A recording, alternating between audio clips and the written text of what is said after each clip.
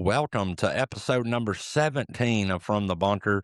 Guys, we've got an incredible guest for you today. As always, we want to give a big shout out to Ryan, the professional caddy from the Corn Ferry Tour, coming on last week. That was an incredible episode. Heard a lot of great stories, had a lot of fun. We appreciate all the support on that episode. And this week, we've got another banger for you. We'll get into that soon. We've got Craig here for the first time on an intro. Everybody, one clap for Craig joining the team.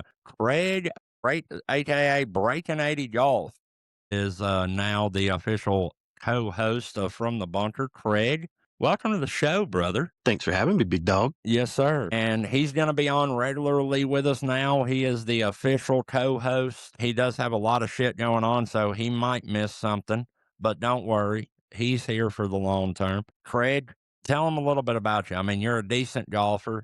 You're like a 5 handicap, probably, maybe less, maybe more. I don't know, somewhere around that ballpark. Family man, great guy. I mean, just tell us a little bit about your golf game and tell us a little bit about you, what you do for content, whatever.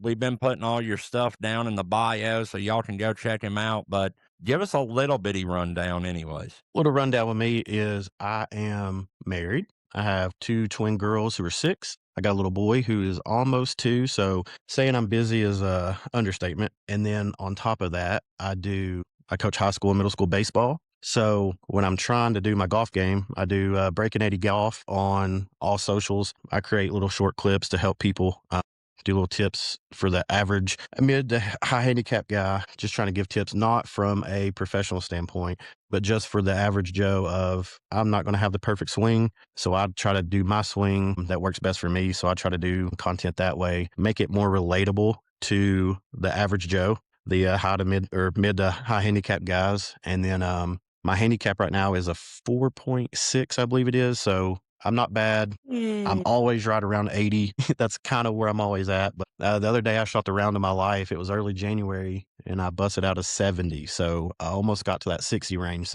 When I say the putter was hot, it was hot. So, but that's kind of a little bit of lowdown on my content. Nothing crazy. Just try to give a little tidbit on how to lower your scores just for the average guy. That's what I try to do. Yeah, if y'all haven't checked him out yet, make sure to go check him out. Give him a follow, give him a hug, give him a high five. All of his socials will be down in the description below, along with From the Bunker and along with mine. I know me, the From the Bunker family, if you will, we're excited to bring Craig on. We had talked about him a lot on the podcast. If you've listened, he's been mentioned in damn near every episode. So when we needed a new co-host, it was only fitting. And I can't wait to see where this goes over the next however long we're doing this, which I hope is a long time. Speaking of not being a pro golfer, we've been watching some pro golfers out at Pebble Beach at the PGA, Pebble Beach Pro-Am, the AT&T Pebble Beach Pro-Am, if I may. Currently, we got Sam Burns and Colin Morikawa tied at the top of the leaderboard at 20 under, with Akshay and Scotty not too far behind at 18 under. Talk about some crazy wind, Craig. I know you've been watching it a little bit. I watched it as much as I can. I mean, what were you seeing out there with this wind the last couple days? I mean, they've been hitting some crazy shots, huh? Oh, 100%. I was watching round 3, which was yesterday. And going into, I believe it was holes 15 and 16, the wind picked up to, I think they said it was gusting to like 40 mile an hour. And they were saying that certain shots were changing 22 to 28 feet or yards. So if you're hitting your 7-iron, let's say for the pros, probably 180 to 190, depending on the certain wind, it was carrying another 22 yards, 22 to 28 yards, which is insane. And we played at Crosswinds the other day and the wind was blowing about 30 to 35 and it was knocking our ball. I mean, I was hitting, I think a 6-iron, like 130 yards. So to see them playing at a professional level and them hitting a ball that they're literally hitting it over the ocean to carry onto the green, it just makes it more realistic to where like we think we should be good and they're playing at a high end event and they're not making it look easy either. So it brings it back a little bit for the average golfer, I guess you can say, that playing in the wind, it's a lot tougher than it looks. Absolutely, dude. Absolutely. It's been a crazy event to watch with the win the way that it's been, but it's been fun to watch, and we got some good names atop the leaderboard, a lot of great people competing. If you want to look stylish out on the golf course, I want to talk to you guys about none other than Four Golf Apparel, and I'm rocking it today. I've got the Four Golf hat on, the Four Golf Birdie polo on. That's absolutely amazing. But if you guys want top tier quality gear that for a quality price that won't break the bank, look no further than fourgolfapparel.com. If you use code from the bunker, all one word at checkout, you've got you raised up to 15% off. So it went from 10 up to 15. They've got some new stuff coming out, guys, here in the next few months that's going to be absolutely epic. But they have a lot of sales going on right now, and the 15% works on top of the sale price. So head over to fourgolfapparel.com, use code from the bunker, and start looking stylish and standing out on the golf course. Speaking of stylish and standing out, man, Charlie Hull, I'm a huge fan of her. She Mm. went over to the Ladies European Tour and absolutely dominated. Shot a 65 on the final Mm. day to win that event. I mean, we have a lady golfer on today that was absolutely incredible in her career. Isn't it? I mean, just amazing how far ladies golf has came. Oh, 100%. If you go to well, there's a course near my house, and I feel like the high school game, middle school game, all that stuff is involved where it's not just the boys or the men playing. You're going to get just as many girls out there. So shout out to them for building up the lady side of the golf, which I still feel like they need to be in that TGL. So we need more ladies. Even though they may not hit it as far, they are just as good. You can go watch any YouTube video with one of my favorites is Grant Horvat and Nelly Corda. She dominates him. So in my opinion, the lady side, and they look a lot better than the men. No offense, but I'd much rather watch them than the men. So I am a big fan of Yeah, Charlie Hull. absolutely. She's she's phenomenal. Yes, she is. Her and a bunch of other ones. And man, it's crazy to me. I got this advice one time from a teaching pro. He was like, if you really want to get better at golf and want to study the golf swing, go watch a female hit the golf ball. Go watch Hmm. the LPGA Yeah. girls. Go watch the way they swing a golf club because they are 100% dedicated to mechanics and the perfect golf swing. So it's a pretty cool deal. A shout out to all the ladies that play. Shout out to Charlie Hull for getting a big win on the European Tour. It's been a fun week of golf as we get more into the season, just a couple weeks away. I mean, like maybe 5, 6 weeks away from the Masters. So I'm getting pretty damn Hmm. excited. We're getting into full swing here. Had the Waste Management last week. Chris got her up winning. That was absolutely epic. And then this week with the Pro-Am, I mean, we're getting in full swing here. So gonna be fun. TGL coming up on Monday night. This episode won't be out till Tuesday, so we'll touch on the TGL again next week. But guys, today we have on a absolute legend in college golf. We have on none other than Catie Craig. Can't wait for y'all to hear this interview. She's absolute delight. It was amazing to talk to her. Her story is incredible. From what she did in college to what she's doing now, designing golf courses. It is a great listen and a great story. I hope you guys enjoyed this episode. What's up, guys? If you're local to Kentucky slash Middle Tennessee, I want you guys to check out Swing City Golf in Bowling Green, Kentucky. This place has TrackMan technology, which is absolutely epic. If you take your game serious and want to work on improving your game, you need to be at this facility. Not only do they have the best technology with the TrackMans, they have amazing food and amazing drink. They've got a full bar. They've got all your bourbons, whiskeys, vodkas, beers. They've got amazing food from flatbreads, hot dogs, sandwiches, sliders, apps, whatever you want. They've got it. And the best technology and the best way to improve your game right here in Bowling Green, Kentucky at Swing City Golf. Tell them from the bunker sent you. Go see them at Swing City Golf.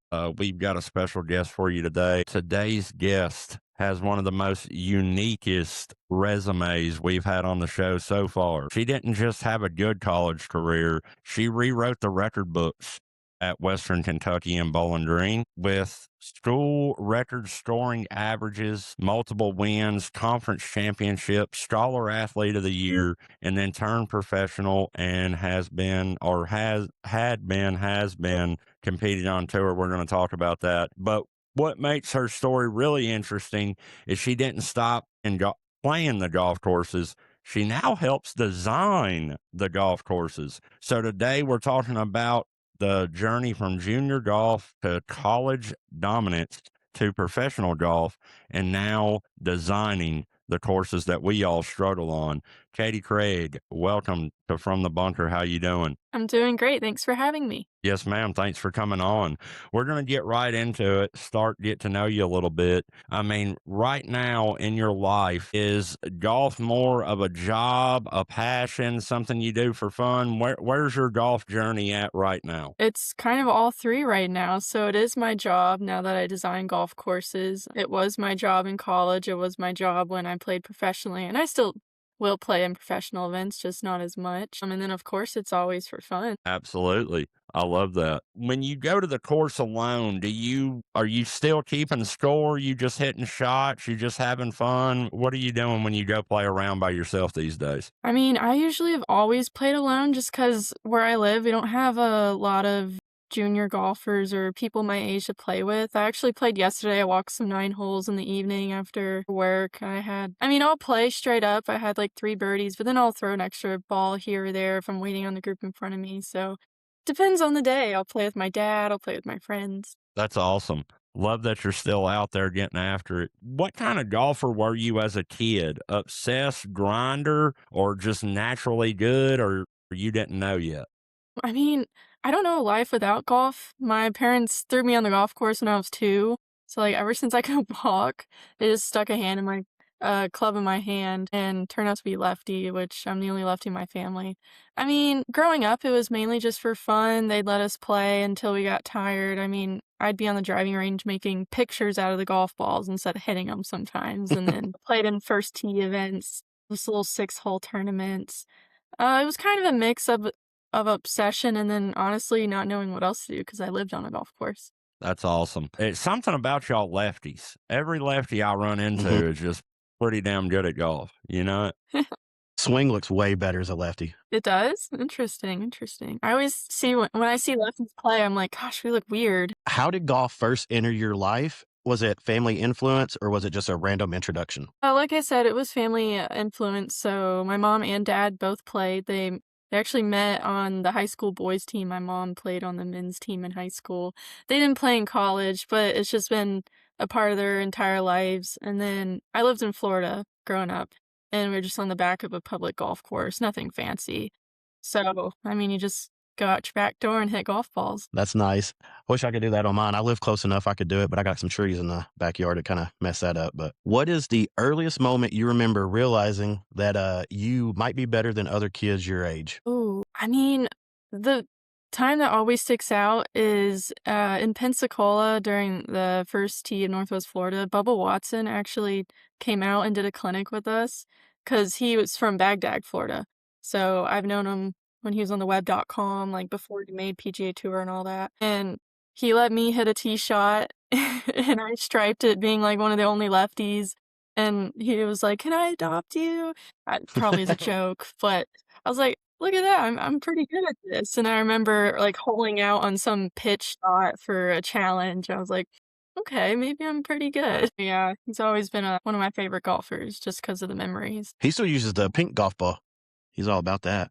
Yeah, yeah, yeah. The pink shaft, pink Yeah, driver, everything pink. I everything love it. pink. Were you competitive in all and just golf, or were you competitive in everything that you did? I will say, honestly, even now, I'm not the biggest competitive person, which is probably a bad thing. I think it's from the lack of playing team sports growing up. I think if you play on like softball or soccer, you have to be competitive because you're playing with your team. And if you're not a competitor, you can't play. I played tennis when I was younger too. I didn't really like it, so I just kind of did solely golf.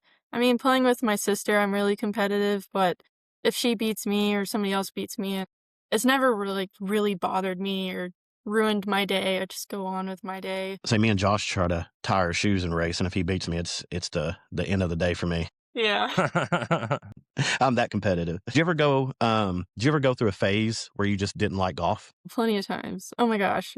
So many years, like in high school or whenever, when, you're going through swing changes, you're getting taller, getting stronger, and you just can't hit the ball. You can't commit to hitting the shot. There's so many times I just wanted to quit. I was like, this isn't worth it. This isn't worth it. Like, I hate having to go practice, but then I realized, like, it's gonna be worth it for the future. Again, I don't know a life without it. I mean, what else would I do? So I just stuck it out, grinded it out, and got through it, thankfully. That even happened in college my freshman year. I mean, had a really hard time my freshman year. And obviously there's no choice to quit. I mean, I guess anybody can quit at anything, but I was like, "Oh, I ain't quitting," but definitely had times when I wanted to. Yeah, anytime I take a swing on a golf course, I wanna quit. Amen to I feel that. like that. You know what I Until mean? you birdie the last hole and then you have to go back. 100%. Yeah. What junior tournament lost changed you the most as a golfer? Junior? I remember in, like, 2020 when I had another, like, bad spell of playing. I wasn't, like, a elite junior golfer. I'd always take, like I wouldn't really win them. 'em. I'd do good in, like, top 5 or whatever. But I remember in 2020, I was, like, I think a senior in high school or so, and I was playing with like 13, 14-year-olds and they all beat me. And I was like, this is embarrassing. Like, I'm about to go into college and it's these little kids out driving me, beating me by a few strokes. So that was pretty humbling. I was like, wow, this next generation's pretty impressive. Mhm. And that they are. I mean, I've played with a lot of the kids here that are in high school, and it blows my mind. I'm 30 years old, about to be 31. It's like Mhm. these kids are out driving me, out everything in me, and then they're never satisfied. I've brought it up many times on the podcast, but we've got one kid here in Franklin, Kentucky, that he is going to be the next Tiger, man. He'll hit a Yeah. 205-yard 7-iron to 13 feet or I'm sorry, 3 feet, and be pissed about it because the ball didn't spin the way he thought he wanted it to spin, and Yeah. drop another ball. And I'm thinking, man, I'd give, my left pinky finger to be able to hit that shot on command, So it's different, and it is impressive. You mentioned college, struggling your freshman year, going to Western Kentucky. Let's talk about that a little bit. What made you choose good old Western? Yeah, this sounds embarrassing. I had no idea about Western Kentucky. I'm not a big sports watcher. Like, even though I play golf, I don't watch a lot of golf or I don't watch like a lot of basketball or baseball. I have more after going through college and being able to watch them in person. I was like, oh, I like this. But I had never really heard of Western Kentucky. And I had a couple offers and a couple upcoming recruiting visits, and Adam was one of the last people to contact me. And I was like, I'll give it a shot. I don't know anything's great. I'm privileged to go see any place. And I visited and I fell in love with it. I loved Adam, everything about him, his character and his personality, and then everything that Western had to offer. That year I went was when our indoor facility was just built, so I was like, "Ooh, that's really cool." And then the courses we had, like Old Stone, Indian Hills, Bowling Green, so we have a variety of courses, and then the biggest thing was they offered my major in horticulture and agronomy. So the other schools I was looking at didn't even offer it, so I was like, "I even go there?" So it was kinda best of both worlds with academics and athletics. That's awesome. I've heard nothing but good things about Western as a university. Growing up near here, I've had a lot of family that's went there and things like that. Heard nothing but great things about it. And then I had the pleasure of having Coach Gary on. And it's kind of where Yes, I found out about you, where I found out about players like Sydney Hackett, that are there now, kind of following in your footsteps, if you will. And he seems like a great guy. Anytime I've reached out to him since then, he answered, he gave me a cell phone number. Like, he's awesome. yeah. So I'm glad that you brought that up.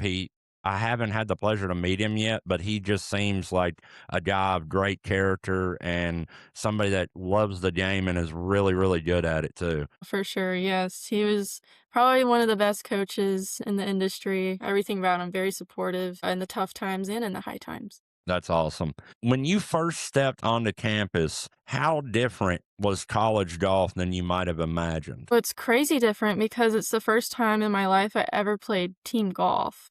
golf is so individual. It's lonely at sometimes. I've always played alone or myself in tournaments. You're competing against everybody, whereas in college golf, you have four teammates behind you that you can feed off of each other. And I think that really increased my competitiveness when I'm on a team. I know, like, I'm here to represent my team, my coach, myself, and the university. So there's a lot, not that it was a lot of pressure, but it was something that I had a privilege to do. So I really wanted to do my best and not let anybody down. That's an amazing answer. I love that. What part of college golf shocked you the most? Was it the travel, the practice, the pressure, the grind? What was the most surprising part of college golf? Honestly, qualifying. Qualifying is more scary than the tournament itself because, well, one, you have to compete against your best friends, and you do it on the weekends, so you have no days off ever. I mean, we get like Wednesday off, but I'd always be practicing. The practice was what I expected. I love to practice, so that wasn't a big deal.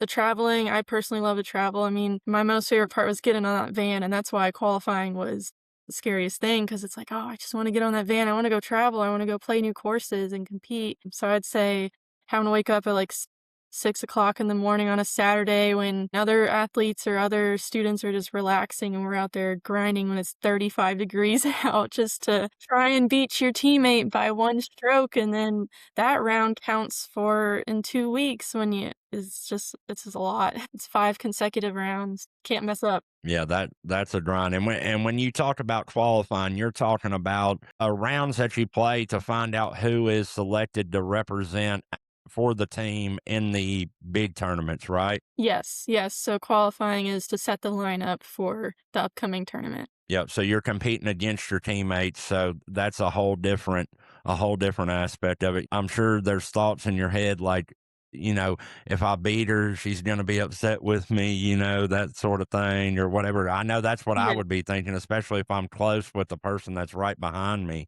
I'm yeah. sure that's something that's kind of hard to adapt to. You had mentioned about struggling as a freshman. When you were a freshman, what was the moment or what kind of happened that was like, okay, I do belong here. I'm supposed to be here competing with these other girls. I think that mainly happened after I realized I didn't go to conference. I remember sitting in the office with Adam Gary, like, just kind of broken down, like, I mean, golf in college shows your limiting factors, and I realized how big of a problem my mental game was. So that really came through in college, which I had never even thought about my whole life. So I just told Adam, like, I'm gonna get this fixed. I'm gonna do everything I can to get better. I'm never gonna quit. I'm just gonna be patient about it. And I was going through swing changes. I mean, I was still growing in college. I got taller. I mean, they put us in the weight room, so I was getting stronger. My clubs are 2 weeks. It was just a combination of everything.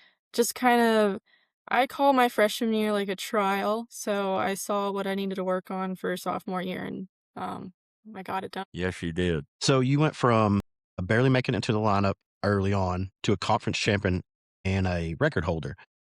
Yes. What actually changed? Was it your swing, your confidence, or your preparation? It was everything, realizing the bare minimum will not get you anywhere. Not that I did the bare minimum, but I realized the bare minimum in college is, like, the highest standard for some people and for some other colleges. And then near the end of fall season of my sophomore year, I really got my swing down. My coach, Mike, he lives where I live. Something just clicked. He taught me something. I was like, okay, that really clicked. And then I went to a sports psychologist named Dr. Mo. He does so many pros like Keegan Bradley and Davis Thompson, all of them down in Sea Island. So I went to him and he transformed the way I even ever thought about golf. I was like, gosh, like there's so much about golf I didn't even know.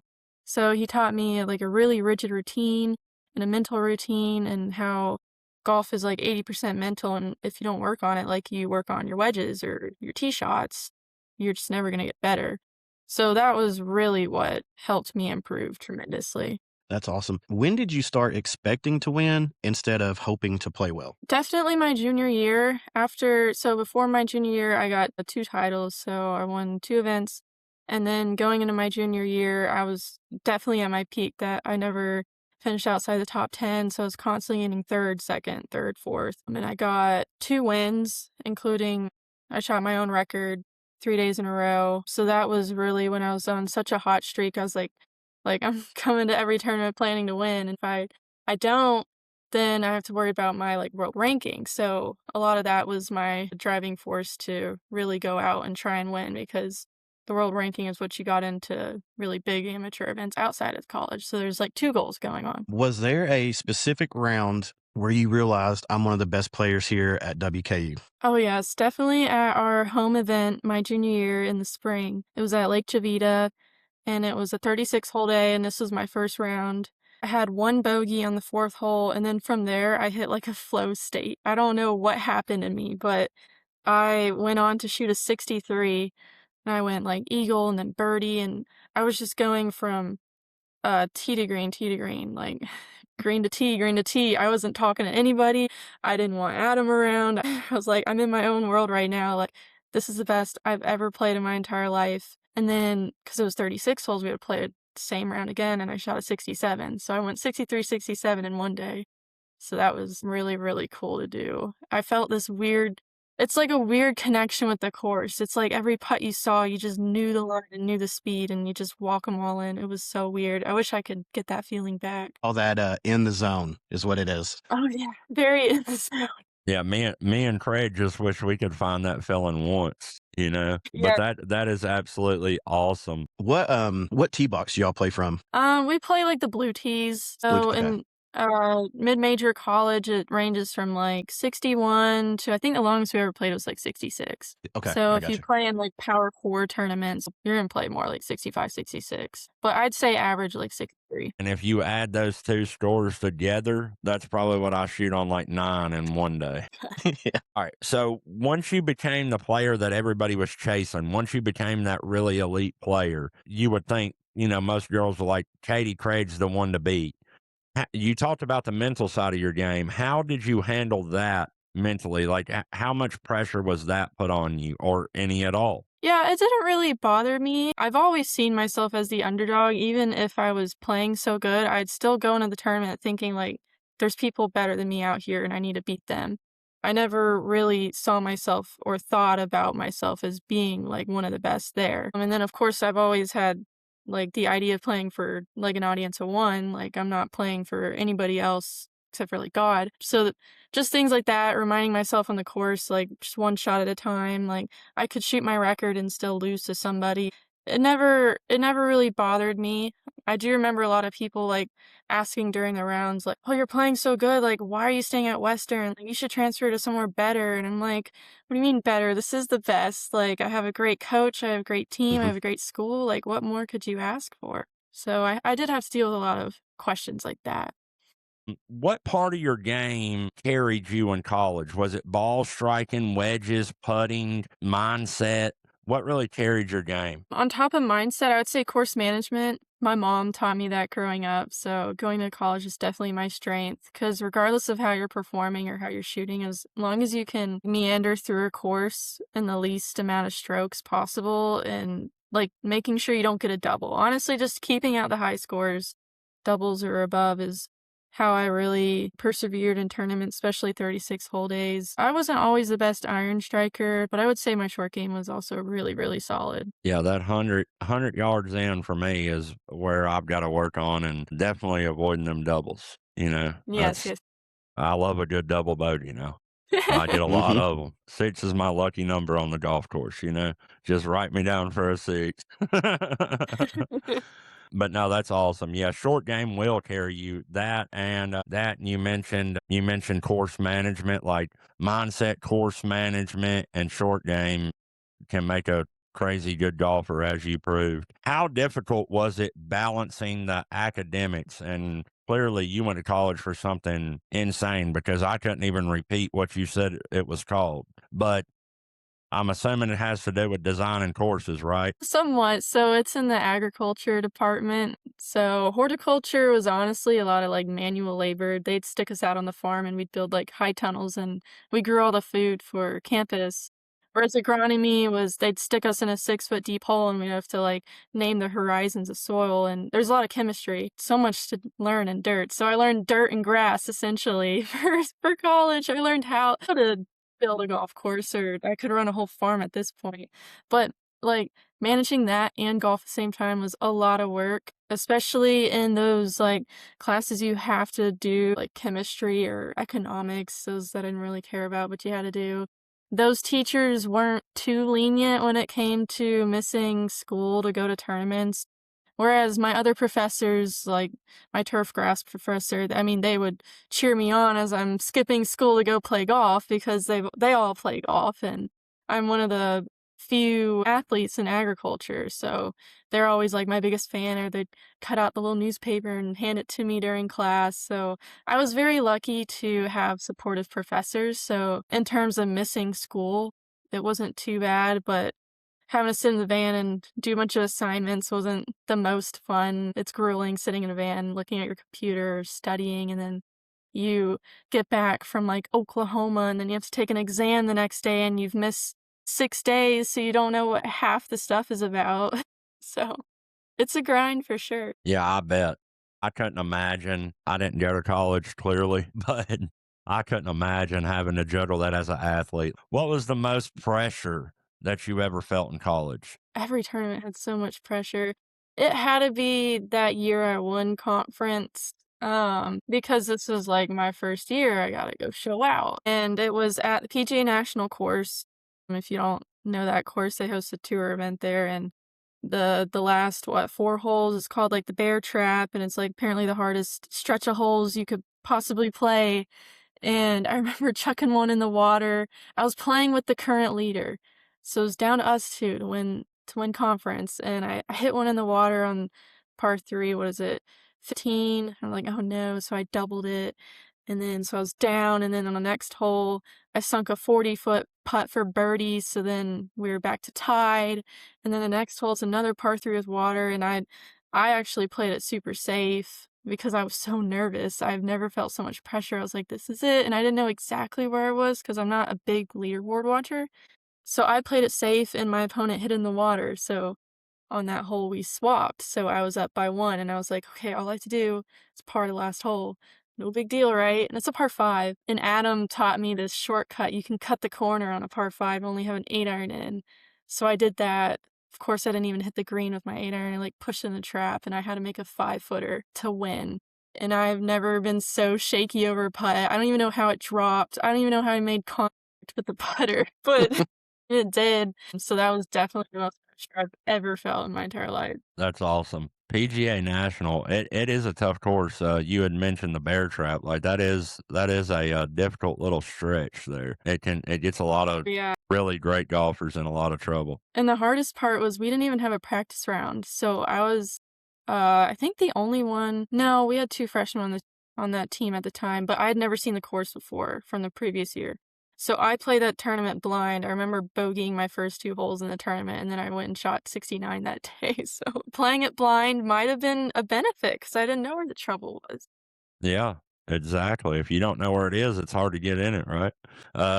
What was the worst round during your best season? So, like your worst tournament, but you were playing your best golf, and what did you learn from it? I mean, junior year, I never finished outside of top 10, but I did go to regionals that year. Oh, yeah, this is for sure. I went to regionals alone that year just because of my ranking, and I got picked to go to Michigan State's home course. It's East Lansing something country club, I don't know. I only had 2 birdies in 3 days, and this was the year I was playing at my peak. Something about that course, it did not fit my eye, it didn't fit my shot shape or anything. Bent grass with, like, bluegrass rough, so super tight, super difficult, and my sister played in that one too, because she played at Georgia at the time, and we both finished, like, last place, but it didn't shake me up. It was kind of funny that my sister and I both were there and we finished the same.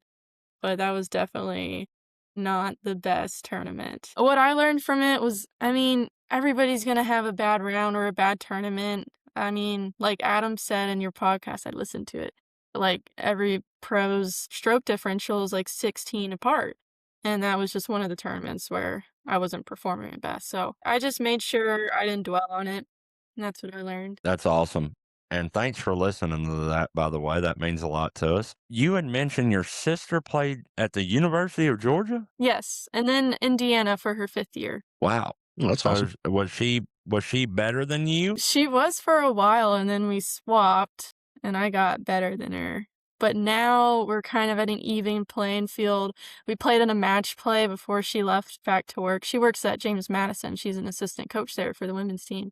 But we Okay. went Okay. down to the University of Georgia and had this grueling match play, and I did win it on the last hole with a birdie. So I say right now we're probably even. Okay, that's awesome. I love that. But that golf just runs in the family. Your parents were good Oh, yeah. golfers. They made Mhm. two great golfers. That's awesome. Be honest. Were you a range rat, a short game grinder, or a show up and play type player? Definitely a show up and play because my whole life and even today, like, my availability to a practice facility does not exist. So, and then living on the back of a golf course when I was younger, I mean, all you did was play because the range was like 3 miles away. I couldn't drive when I was a kid. But even now, like, I'm one to just, we call it trunk slamming. You just take your clubs out of your trunk and go to the first tee and start playing. And I mean, that's where you get really creative. That's where you get better. Of course, I hit the range every so often, but that's so boring. I mean, it's like a basketball court, it's the Mhm. same thing every time, whereas the course is different every day. So I love playing on the course. Love that. Glad that you gave me that pass because now I can explain why I'm not going to the range. Because Catie Craig didn't damn go to the range and she was a That's damn right. conference champ or whatever. I don't need to go to the range. I ain't even trying to be a conference champ. I'm just trying to shoot 79, you know? Yeah. When did the idea of going pro become real instead of a dream? I don't even know if it was a dream until after my junior year when I realized, okay, I have a shot. Because when it comes to professional golf, you have to be super realistic on it. Because if you look at the percent of people that make it to D1 golf, it's tiny. And then you look at the people on like mini tours, it's even smaller. Then you look at Epson, it's even smaller. And then LPGA, it's even smaller. So you're like shrinking the bubble of golfers in the world. And then, of course, with like pay, you have to be realistic. Like, can I make a living off of it? And for a while, I was like, no, like, there's no way I could ever do it until after my junior year. My junior year in like February, I told my parents, like, I'm interested in going to Q school during my senior year, but I did not tell a soul because I didn't want anybody to like hold a standard or like judge me for my decision or whatever. So I kept a secret until like August or no, July, and Q school was in August. And so I gave it a shot. We flew out to California and it was a 7 straight days of tournament. So you play 3 practice rounds on 3 different courses and then you play 4 rounds on 3 different courses, just in 120-degree weather, brutal. So I went through all of that. But yeah, I'd say like junior year is when I decided, okay, pros definitely an option because you have to base it off of your scoring average. So I would go on like Epson Tour and see what all their scoring average is and kind of compare it to mine. And I was like, could I compete with these people? And I didn't say yes until I saw my scoring average be around where theirs were. Was there a moment where you almost didn't go pro? Like I said, I just kept it realistic. So for like the first 2 years of college, didn't have much of an idea. I was really planning on just going to get my master's in landscape architecture. I was so set on that. And even after I signed up for Q school, I was like, oh, I'll still go to get my master's. Like, wait a second. I can't. If I'm going to play golf, it's like 100 or nothing. So I think just before that, I was like, no. After junior year, I was like, yeah, we can try. What was your first professional event? Actually, was it comparable to college? So my first professional event was in June of 2025. So I got full Epson status going through Q school. I could have gone to stage 3 and just got my LPGA that way, but 1, I would have had dropped out of college, and 2, it's not a guarantee. It'd stay like top 25. I was like, I'm not taking that risk. So I got full status graduating out of college. So I started Epson Tour halfway through. So my first event was in June. up in Battle Creek, Michigan, and it was absolutely nothing like college. Oh my gosh, I can't believe the difference. I thought like this would be like a smooth transition, no big deal. No, they stick us at like 6,800 yards. The pins are like 3 paces from the right, 3 paces from the back with like traps, water, slopes, whatever you want, all right by the pin. And then the conditions are tough. The greens are rolling a 14, whereas in college we're rolling like 11 max. You're playing against the top 100 and what's the field? 144 in the entire world. So you have like people from like Japan or Finland, like anywhere and everywhere. So just trying to get your just thrown back into individual golf. No more team golf. So that was a big transition again because it's been 4 years since I was playing alone all the time. And then you get there and there's like sponsors everywhere. They have like sun cruisers. They have alcoholic beverages on the range. They have like Red Bull came. So they had these Red Bull people walking around. They had music blaring for the pro-ams, and then you have to volunteer with kids and the first tee comes. So it's just a lot going on all at once while you're trying to get your rounds in and make your notes and then go play 3 to 4 rounds. And then it gets cut in half from 144 to 69 or 65. Shooting under par isn't good enough. So it was like, oh my gosh, I shot a 75 my first round. I was in like 100 and some odd place. And then the next day I shot 68 and I squeezed in the cut line by 1. I was like, I mean, these scores I was shooting in college, I'd get a top 10. Now I'm on the back of the bus taking 60th place shooting these scores. So it was a huge transition. Do you think is professional golf more mentally exhausting or physically exhausting? I mean, it's always both. They can't be separated. I would say the physical was very tolling because the way that it worked, it was 4 weeks on, 1 week off. You take your Monday off so you wouldn't play, but on that Monday, you're driving to the next location or even flying to the next location. So, for example, I went from Oregon to Kansas from one tournament to the next, right after another. But like the first 4 tournaments, it was Michigan, Michigan, Michigan, and then Indiana. So I mean, we just drove around. But you get no days off because you have to go play your practice round in a certain time frame. It's like first come first serve, which I thought was weird. So you'd race to the tee at 7:30 in the morning, or else you're sitting on the tee for an hour or two waiting to get in line because they have pro-ams. So pro-ams are like the biggest thing. It's what supports the tournament. So you have to schedule your time around when those are going off. And if you're not in the pro-am, then you might only be allowed to play 9 holes on like Monday or Tuesday. And then you're also trying to get food in. You're trying to pay for a hotel, doing volunteering. You have like mandatory volunteering. And then you have to go to bed, make your notes, go to PT, work out. It was so much. And then for 4 weeks, by the 4th week, you're exhausted and you get 1 week off. And during that 1 week, well, if you didn't play good, then you have to practice more or go get a lesson. So it was a lot. I would say probably physical because I never like my back had never hurt so much. And every day we were walking 6 miles, like you can't eat enough food to keep weight on you. I mean, you lost a lot of weight. It's a good weight loss program if you need that. My mom was my caddy. She was like walking 6 miles. She's like, this is great. So it's a lot physically. What was the talent difference between college and the professional? Like, was it extraordinarily different? Absolutely. It was like if you stuck a bunch of like Stanford players in one tournament times like 15, that's who you're competing against. So you have no room to err. And I mean, of course, there was tournaments where the cut was like 4 over, but it was because of the course condition. But then there's others where the cut was 1 under. And I mean, 1 under in college gets you a win. You can win with a 1 under. I won being over par once. I mean, here I am shooting 1 under and missing the cut. It's like, oh my gosh, like how much more work do I need to put in to pass this threshold of shooting like 10 under? I mean, that time I shot 63, 67, my career record, that wouldn't even win a tournament on Epson. That could get you maybe top 10 at some events. And it was just a really big reality check of I have to shoot my record pretty much every single week on top of like the physical and mental like toll. It's like, how do you do it? So I was just really honestly amazed by the level of play. I was, like, fangirling these people. I'm like, "These people are insane," and to think they're not even on LPGA. So then you think about the LPGA players, you're like, "Golly, it's actually insane." I still can't believe it.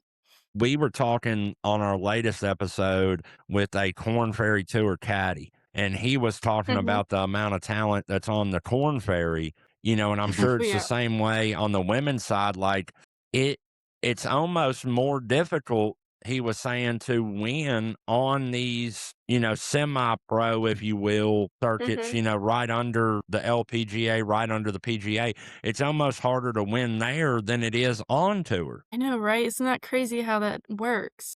That doesn't make sense to me, but it happened. That's what I noticed. Mhm. Yeah. I mean, with Corn Ferry, they're shooting like 25 under. Their level is even crazier. Yeah. I don't understand it. I I know it comes from tee shot accuracy and then their short game and putts, like putts per round. Like if your stroke average on a par 5 wasn't 4, like you're not even close to being good enough. Like had to be under par on par 5s. Par 3s is where everybody kind of like was the same level, like slightly over par, but it was really just those 125-yard approach shots and in. I mean, you had a birdie every time. Absolutely. So I know that you're designing courses, and we're going to talk about that a little bit next. But are you still playing on tour, or have you been competing? Are you, if you're not, are you going to? What's your plan with that, or tell us what's going on with the Epson tour side of things? Yeah, so I played in 10 events over the summer and I only made 4 cuts. So my ranking was not good enough to get status for next year. So I went back to Q school and they changed how Q school worked this year. So instead of 4 rounds, it's only 3 rounds and there's 3 locations instead of everybody in California, which I don't know, I haven't really thought enough about, or I guess there's not enough data on which way is better. But 3 locations is pretty different because what if it's super stacked in one location whereas the other one's not as hard? But I made the first cut and then I missed the second cut of school stage 1 and the cut was 5 under. I did not get it. So I lost all my status on the Epson tour, sadly. So if I wanted to work my way back up, I'd have to play on mini tours. So things like Women's All Pro Tour or an XXT Cactus Tour, stuff like that. And just realistically, honestly, on a financial standpoint, it's really hard. Some entry fees are $800 and the winner only makes 5 grand. And even at those tournaments, the winner's shooting 12, 13 under. So I was just really real about it. I kept emotions out of it. And I was like, is this something I really want to do every year for the rest of my life? Like 4 weeks on, 1 week off for 20 weeks straight or however long. It goes from March to October. That's longer than 20 weeks. What am I saying? It's months. Yeah. Yeah. And not even guaranteed a paycheck. And Yeah. you're blowing through money on every single thing. I mean, air travel, food, hotel, entry fees, everything. So just really real about it with me and my parents and some good mentors. And I realized just going into the job world is better. And it's always been my dream to do golf course design. I think it was kind of like an answer to me. Passion is golf course design. And I don't think I'm a big enough competitor to make it in to LPGA, and, there might be another world where if I'd stuck through it, I could have gone, but it could have taken years and years and years, and then at that point, you don't even know. I mean, there's people I was playing against on Epson who are 37 years old, and they're still trying. I'm like, "Am I gonna be 37 years old trying for this still?"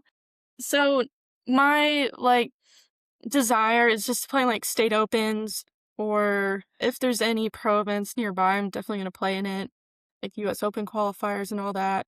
So it's gonna be more to my leisure and not for my paycheck anymore, which is kind of a relief. I play at my own Mhm. expense now. Yeah.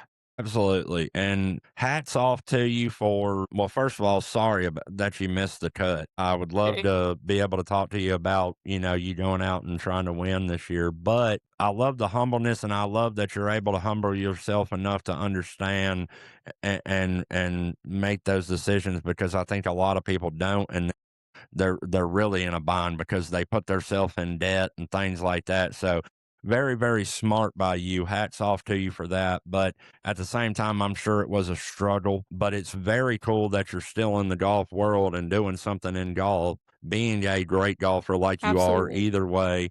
tour status or not, you're still an amazing, amazing golfer. So to still be in the game, that's really cool. And then I just wanted to mention, like you had brought up the financial side of it. It really is Mhm. expensive to chase your dream in golf or in other sports. I see a lot of the creators like James Nicholas, I think his name is. He plays on the Corn Ferry Tour, won a couple weeks ago, and he does Yeah. like the vlogs where he shows how much money he spends. And if he don't win, you know, it's $5,000-$10,000 a week almost sometimes, depending on where they're playing, Oh, yeah. to be able to compete. So, and that's with status. That's not having to pay entry fees, by the way, like you had mentioned you'd have had to do. So, totally, totally understand that. Let's talk a little bit about course design. Tell me how, I know you kind of went to college for it. Was it always the plan to design golf courses, or how did you get involved in golf course design? Yes, it's been, like, my only thing I could ever imagine me doing in my entire life, and I think it was around 3rd grade is when it started, and it was really I've been a big artist my whole life, I've loved to draw, and ever since I was a kid, I'd had sketchbooks and sketchbooks of just golf courses. I would draw everything from, like, the parking lot to the putting green to, like, the housing developments to like the courses itself, and I'd name the tee colors and I'd name the course and I'd go on Google Earth and find like pieces of property to put it on. I'd make like academies, just short courses, reversible courses, just everything. So when I realized in high school I could make a career out of it, I started researching like what do I need to major in. So I was thinking things like turf grass management, and then I initially started with horticulture and then also joined into soil agronomy because I realized that was super important. And then that desire of getting my landscape architecture degree. Luckily, don't have to do that because my job I'm in now, I joke around with my boss that he is my grad school. So it's just been a lifelong thing. That's awesome.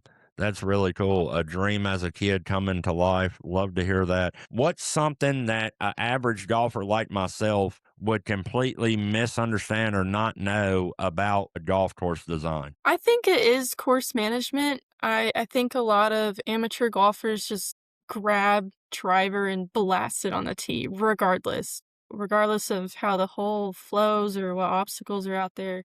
They just want to hit their driver and they want to hit it far. So in golf design, everything isn't, well, if it's a good golf course, everything that is out there is intentional. Every hill, every slope, every kicker slope, every water hazard, every diagonal or elevation. I mean, there's a reason. So just being super aware of kind of asking yourself, like, why did the architect do this is how you can really play better golf. And it's more interesting. What does your day-to-day work actually look like? Every day is different, really, which is why I love it so much. It's like playing golf. Every day is different. But recently, it's been a lot of conceptual sketches and paintings. So I can actually show y'all. This is like a concept I'll do. So I'll That is paint beautiful. what my boss has designed. That is awesome, yeah. Thank you. It's actually a restoration. So it's a Donna Ross. So that one we're kind of just putting back to what it originally looked like. But I do a lot of sketches. I go back and forth with my boss on like how to draw it and everything he wants in it. And then I colorize it with watercolors. And a couple weeks ago, every single day I was on AutoCAD, which is a digital software for Mhm. design, typically architecture, and you can design golf courses on there. And then other days, my favorite ones are when I have to travel. So I travel a lot. I go to job sites or I go to future courses. We do renovation work, but we do have a project coming up that's going to be brand new. It's going to be like somewhat of a short course. But job site visits are my favorite. So that's like the problem solving where I just go out there and I walk the course and I'm just looking behind the tees, behind the greens, left, right, up, down, everywhere, where we can adjust, where we can add, where we can subtract. Like tree removal, like drainage, what needs to be done to make this better course. I do historical analyses, whatever the right word is. So I go on to newspapers and historical aerials and I make a bunch of data and information on what I can get about a certain golf course, if we're restoring it, like trying to see aerials from 1950 and what the course looked like. And then you measure the trap sizes from then until what it looks like today. And then you're also kind of working with like superintendents and, what problems are you having at this course? Is it drainage? Is it mowing? Is it the ability to maintain it, the ease of it, shading lines or fairway lines, and then when we're constructing, so I work for Chris Spence. He's a design build. So on top of designing, he also builds the course. So he has shapers who work for him. And sometimes we subcontract out for some locations because we can't have our team at every course that we're doing all at once. But I'll go out and on the ones where we have subcontractors, I'll kind of supervise and I'll paint the bunker lines. So they basically dig a hole out where they want the bunker, and then I get spray paint and I spray the horizon or the line, the edge of where the bunker is going to be. And then I sit there and I watch them build it, and it's crazy to see how fast they can build it and edge it. And then I always feel bad. I'll like go up and like, oh, can you like adjust it here or there? And my boss is like, just tell them they're not going to be mad if they have to redo their work. It's okay. And then you're also looking at horizon lines and trying to tie in everything to make it look super natural and just make sense. Make sure there's no like abrupt edges or loafs, as we call it, on the edge of bunkers, just making sure everything looks perfect. It's a lot. And there's so much more I'm going to learn. I've just started in October and I leave Tuesday for a few days. We have a project down in Wilmington. It's called Pine Valley. So I'm going to do some staking. So I go on the front nine and I set where the new tee boxes are going to be, where the center of the fairway is going to be, and then where the green's going to be. And then you make grading plans and contour plans and a bunch of plans. And then we even build lakes. So I've been able to witness all that. I haven't gotten on an excavator yet. I don't know if I will. It's a man's You should job, do it. maybe. It's fun and it's easy. It's a lot easier than you think. Mm-hmm. Okay. I told my boss, I was like, if I try to shape a green or float a green, as they call it, oh my gosh, it would look terrible. I'm just amazed by our workers, how they can use such a mechanical, like, item and make super smooth things that looks like nature created it. So it's really, really cool. That is awesome, though. What makes a golf hole memorable instead of just difficult? Ooh, that's a good one. I think the best example I can think of that is I played Bel Air Country Club in Beverly Hills, and it wasn't the most difficult course, but it was super memorable because it was built in a canyon, so you could actually aim away from the pin, and it would roll down the canyon on the grass and go to the hole. So I think things of a course where aiming away from the hole actually gets you a better shot is what makes things super memorable. I love stuff like that. Even at like Pinehurst #2, if you walk a course, walking a course is what makes the course memorable to me because you gotta feel the contours, you gotta feel the slopes and everything about it. And like going out on Pinehurst #2, you can see around the green these old hills and contours that were meant for like ground game before everybody's hitting in the air. So I think that's what makes a course very memorable. Some things you don't really notice until you play it a few times, and just the awareness of what's around you rather than the difficulty. Difficult holes aren't always fun because it always involves water. Not a big fan Mm-hmm. of water in golf courses. Me either. Every I time was I gonna say see me it, either. I go in it. Water's overrated. Yeah. If you could change one design trend in modern golf, what would it be? Oh, gosh, modern No golf lakes. is Yeah, I was wide gonna say no. variety right now. Yeah, I would say no. I think the trend of destination golf, this is very broad of me to say instead of like a certain like feature, but I think destination golf is becoming too trendy. I just don't think it's realistic for the average golfer to pick up everything, take like 4 days PTO, fly their clubs to the middle of like, I don't know, Montana and go play a course for $600. I'm a Mm-hmm. big fan of that local Moonie or something that needs help and you could really update it and something for the community where, kids can go play it every day after school or something that's realistic in golf. So I would say in modern golf, it makes sense because the economics these days, like it's hard to get the funds to update Mm-hmm. public courses. That's why private is more popular because you have like private equity and all that. But in a perfect world, I think that's where it needs to be helped out a bit on those public courses. Love that. Are most golfers battling the golf course or themselves? I think it's themselves. People these days are so obsessed with their swing, and that's due to social media. If you see the YouTube or the Golf Digest quick fixes, and everybody's so obsessed with how can I swing like Tiger? Can I swing like Rory? Whereas I think it'd be more beneficial to just swing your swing you got, work on it to your best ability, because the course doesn't care if you're a negative handicap or a new golfer. So I'd say it's your own person. It's your own fault. Let's talk a little bit about equipment. I know that I seen on your Instagram that you're with TaylorMade Golf. Tell me, Yes. I'm assuming you're still with TaylorMade, and then how did that relationship start? It started because my swing coach is with TaylorMade, and he kind of once you get a certain world ranking in amateurs, so I think once I got inside the top 300 or so, they were like, "Yeah, we'll start." They basically treat you like LPGA. I think it's like class A. So they let you get fit, they give you free clubs, free balls, whatever you need, free bag, everything. So they gave me a staff bag or a stand bag during my Epson tour days, which is really cool. And anytime if you need a new grip, call them up and they mail it to you wherever, which is really cool. Yeah, it was just through my coach. So I played. I have 35s in my woods. I'm trying out the 40. Just why not? It's fun to try I seen things. that. And then Mhm. I have the P790s. And then what putter do I have? A spider putter. Who doesn't have a spider putter? Yeah. Right. I like that. Yeah, I swing all TaylorMade. I've got the older RSI 1 irons, and then I have the Sim 2 woods and a driver. Oh yeah, those are good. I used to play that. Yeah. How different is a fit for a professional golfer or a high level college golfer compared to somebody like me and Craig going to Golf Galaxy or the PGA store? How much more in depth do they get with golfers like you when you go for a fit than they would with a golfer like me? Fittings are really fun to go to, and their knowledge. So like their training they have to get in to be a TaylorMade. So I'd go to the TaylorMade Kingdom down in Macon, Georgia. Lucky. And I don't know what it takes to be. I know it's fun. You get on a TrackMan, they give you like free water, whatever. You feel like a celebrity there. And their knowledge, my fitter's Chris, he is like a computer in his head, and he knows like every gram of hot melt and this certain Mhm. area of my driver head that would need to be added for me to get this adequate loft. Or I'm not really into all the techie part of golf. So when I go there, I'm like, stupid. I have no idea what he's talking about. So I just trust him.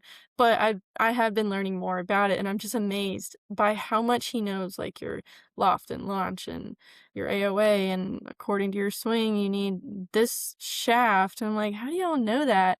And they just do little tweaks, and I'd be there for like 3 hours, but they basically know what you need after 45 minutes. And it's really incredible compared to like Golf Galaxy. I mean, it's probably just somebody who knows a little bit about golf. But I would definitely suggest if you have a somewhat like consistent swing, go get a fitting, because a lot of times it's the clubs, not your swing. And you have to be careful to not always blame the clubs, but there does come a time when it's the clubs that need to be fixed. Yeah, I agree with that a lot.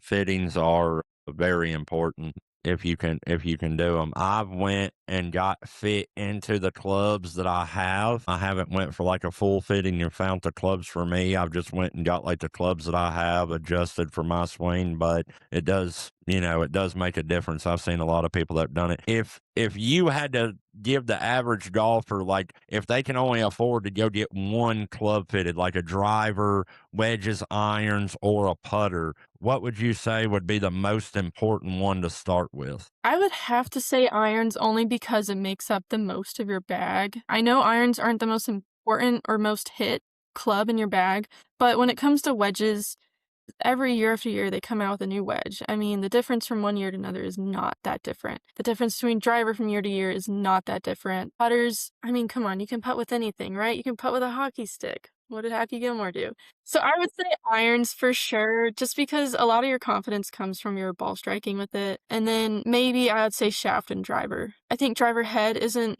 too important, but definitely the Mhm. shaft. Yeah. Because before I got my fitting, for Wood's example, I was in regular shafts for years and years and years. I'm like, I hook these all the time. I don't know what's going on. And my fitter was like, you need stiff shafts. I'm like, oh, I didn't have stiff shafts in here? Shafts are very important, sometimes more than the head. Yeah. Yeah, I can agree with that. I mean, you can take a guy like Craig. I mean, he's going to struggle if he's got to hit my driver because I use a regular flex shaft where he probably uses like a stiff or an extra stiff. If I'm hitting his, I've got to give it everything I've got. I'm going to pull every muscle I got, trying to hit a straight ball with a driver, like with his driver. So it totally makes sense. We do this with every guest, Catie. It's called Rapid Fire from the Bunker. Here we go. So I'm just going to read a series of questions here. Just give me the quick answer. We'll run through them real quick. Start with the hardest one. Favorite course that you've ever played? I knew you were going to say this. I don't want to be too cliche and say Augusta National, but Because you did I'll play say there, Bel though. Air. You did play there, right? I Okay. did. I even cut a cup out there on hole 2. It's awesome. Nice. I'd say Bel Air Country Club out in California. Fabulous. That's awesome. Dream course that you haven't played? I've always said Sleepy Hollow up in New York. I've always wanted to play there. That's awesome. Match play or stroke play? Match play, 100%. Morning or afternoon tee time? Morning. I can't play in the morning anymore, but I love a good morning tee. Are you a walker now or a ride? Are you still a walker or are you a rider now? I'm a walker. Even though I live in the mountains, I still walk the front 9. It's a workout. Like that. Least favorite club? Least favorite club, a 6-iron. I can agree with that. Favorite club in the bag? 7-wood. Easy. Ooh, I've been wanting one of those. I've got a 5-wood now. I want a 7-wood. They're life-changing. Oh my gosh. I've heard that. Mhm. One thing amateurs should stop doing immediately. Being pressured by their parents if they're juniors, but like adult amateurs, comparing yourself to others. Love that. Best golf advice that you've received? Fix that thing between your ears. Get that mentality fixed quick.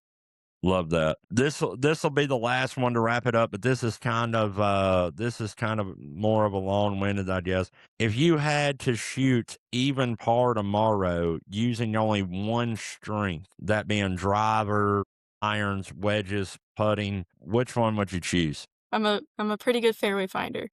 Let's go. I love that. What goals are next for you with playing and your career? Goals for playing would be, of course, to make the US Open. I mean, who wouldn't? I can't this year, though. My sister's actually getting married during the US Open, so we gotta wait for next year.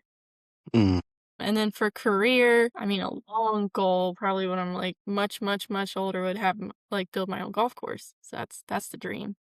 Love But that. I'm living the dream right now. I heard that. What advice would you give junior golfers chasing college golf? Just like good old Adam says, attitude and effort. It's so important. It's probably the best wisdom he's ever given. Love that. What's something you wish you would have understood earlier in your career? I mean, again, mental game, but I think variety and practice, like how to be super, super creative on the golf course. I learned that in college. I wish I learned it earlier. I think I would have enjoyed golf as a junior a little more if I knew all the different ways you can practice. Love that. Tell me real quick, what was the best part and how was the day that you got to play Augusta National? Best part, I have to say, probably trying to skip it over the water on 16. That just because I've always seen it. I've always wanted to do it. I even have it on video. So that was really cool. I even picked up a turtle on that hole, which is also really cool. That's awesome. Eh, I'm sure that was an amazing experience, right? Now, did you play there just for fun or was it in a tournament? So I got into the Augusta National Women's Amateur. So the way that tournament works, you play 2 rounds at Champions Retreat. And then if you make the cut, you play your final round at Augusta National. I did not make the cut, but they guaranteed everybody to play in a practice round at Augusta. So I picked the first tee time at 8 a.m. And before I teed off, that's when I went to hole 2 and I got to meet like the superintendent and cut the cup. And then I got to play hole 2 with my hole I cut, which is pretty awesome. That's awesome. And then we got to play the par 3 course, which, hot take, it was all right. It was cool, but it's not like the greatest par 3 course I've ever played. But the course itself, Augusta, is insane. We played the members tees. So the front 9 is so much harder than the back. I didn't play my best on the front 9. Hole 6 really got me. But the contours of those greens don't compare to what you see on TV. Like every time they say that, I mean it, like, I couldn't believe it. And then the elevation changes, I couldn't believe it Mhm. either. How high you are on hole 15 on that approach hitting down to that green, it's crazy. That is super cool that you got to play there, though. That's absolutely awesome. Next time you're back up here, if you haven't yet, you should check out the par 3 course at, Park Mammoth. It's pretty fun. I know, they actually sponsored me during my Epson tour journey, and, the par 3 course wasn't done the last time I've been up there, so I definitely will. I love Park Mammoth, it's such a great Yeah, course. Super it fun. is. Katie, it's been an amazing, amazing time getting to know you. We appreciate you so much for doing this. Thanks so much for coming on, and I can't wait to listen back to this and really get to enjoy your whole story because it's Mhm. really amazing. So thank you. Thank you so much. Yeah, not a Thank you, I've problem. Thanks. had such a great Appreciate you. time. And guys, this was episode 17 of From the Bunker. We'll see you again next Tuesday at 7 a.m. Make sure you go check out Katie. I'll have all of her info down in the bio wherever you're getting this podcast, and we will see y'all next week. Peace.